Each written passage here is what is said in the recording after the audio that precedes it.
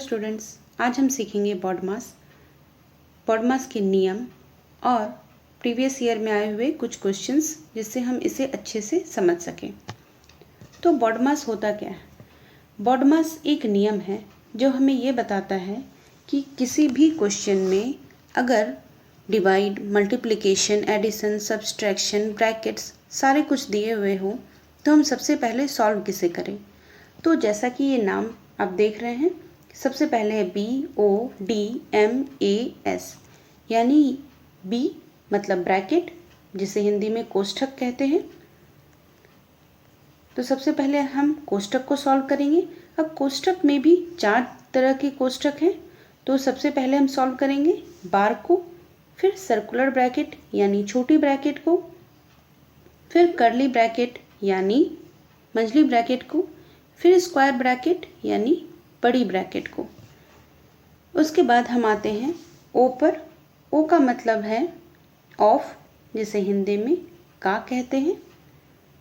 फिर डिवाइड यानी भाग, फिर मल्टीप्लिकेशन यानी गुना, एडिशन मतलब जोड़, और सब्सट्रैक्शन मतलब घटाव। तो इस चीज़ को हम क्वेश्चन के माध्यम से अच्छे से समझते हैं। तो ये है हमारा पहला सवाल, जिसमें बड़ी ब्रैकेट, मंझली ब्रैकेट, छोटी ब्रैकेट और बार दिया गया है। तो जब ये चारों चीज़ें हों तो हम सबसे पहले क्या देखेंगे?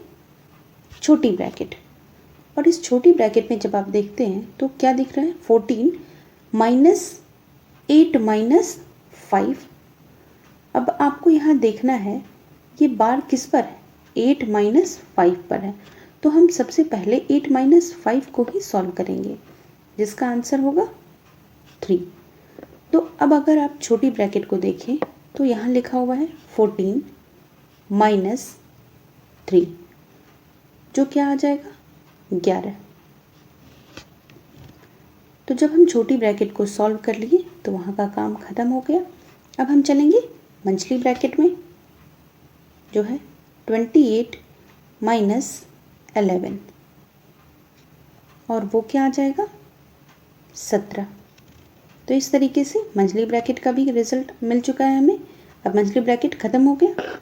अब हम चलते हैं बड़ी ब्रैकेट में, जो दिया हुआ है 21 - 17, और 21 - 17 क्या रिजल्ट देगा?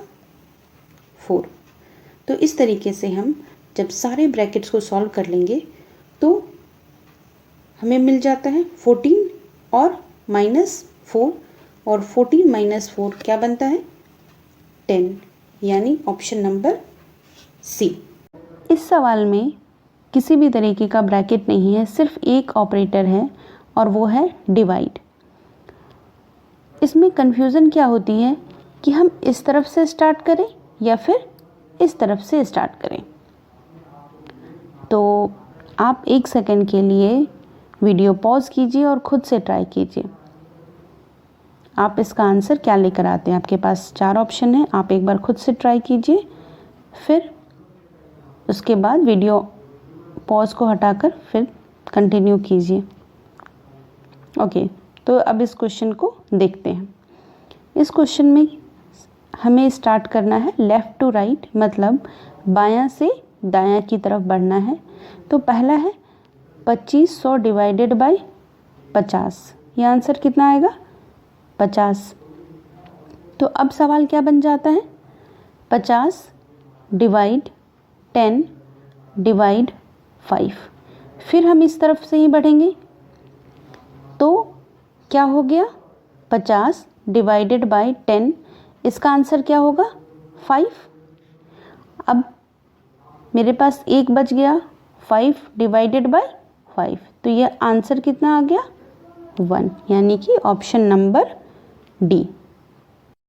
तो अगला सवाल है 1440 का 10 भाग 12। इसमें सबसे पहले हम सॉल्व करेंगे का को। का मतलब होता है गुना, यानी ये बन गया 1440। फिर जो भाग था उसे हम भाग लिख देंगे बटे 12, तो आंसर क्या आ जाएगा 1200, जैसा कि आपको पता होगा 12 × 12 होता है 144। ठीक है, तो इस तरीके से आंसर आ गया क्वेश्चन ऑप्शन नंबर 1। अगला क्वेश्चन है 2 का 3/4 भाग 3/4 प्लस 1/4। तो यहाँ हम देख रहे हैं का, भाग और प्लस, ये 3 चीज़ें हमें मिली। तो इसमें सबसे पहले हम सॉल्व करेंगे का को, फिर करेंगे डिवाइड को और फिर करेंगे प्लस को। तो 2 का 3/4 आप यहीं से देख सकते हैं, का मतलब क्या हुआ गुना, यानी 2 गुने 3/4 कट गया, हमारे पास क्या आ गया 3/2 भाग 3/4 प्लस 1/4। अब 3/2 और 3/4 इसे सॉल्व करते हैं। तो ये क्या आ जाता है 3/2 गुने 4/3 कट गया, 3 कैंसिल। तो क्या आ गया 2 + 1/4 जो बन जाता है 4 दूनी की 8 और 1 9/4। और 9/4 क्या होता है 2.1/4, यानी ऑप्शन नंबर सी। तो ये हमारा नेक्स्ट क्वेश्चन है। इस क्वेश्चन में हम देख रहे हैं 1/5 1/5 हर जगह 1/5 है, बट चेंज क्या है डिवाइड का और का स्थान। तो ऐसे क्वेश्चन को कैसे सॉल्व करते हैं वो देखते हैं हम। जैसा कि हम जानते हैं सबसे पहले हम सॉल्व करते हैं का को। तो का मतलब क्या होता है गुना, यानी क्या हुआ 1/5 गुने 1/5 जो क्या बन जाएगा 1/25।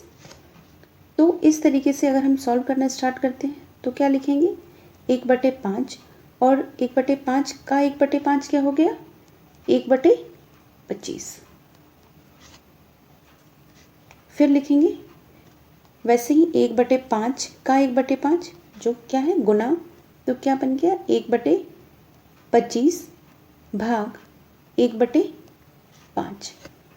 तो हम जानते हैं 1/5, और जब इस भाग को हम गुना में बदलते हैं तो इसे हम पलट देते हैं। पलटने का मतलब हुआ 25/1 लिखते हैं, और उसी तरीके से हम नीचे में लिखेंगे 1/25 गुना 5, 5 से काटेंगे 25, फिर 5 से काटेंगे इसको 25। तो क्या आ गया हमारे पास 5 1/5। यहाँ पर कन्फ्यूज़न होता है बहुत सारे बच्चों को। कन्फ्यूज़न इस बात का कि हम आंसर क्या लिखें 5/5 या फिर 5 गुने 5। तो इसे आप इस तरीके से देखिए, अभी तक यहाँ क्या था डिवाइड था, तो वही चीज़ यहाँ पर भी है डिवाइड। तो ये रिज़ल्ट क्या हो जाएगा 5 डिवाइड 1/5, और फिर हम जब डिवाइड को बदलते हैं तो क्या हो जाता है 5 गुने 5/1, यानी आंसर क्या आ जाएगा 25, यानी ऑप्शन नंबर डी हमारा आंसर है।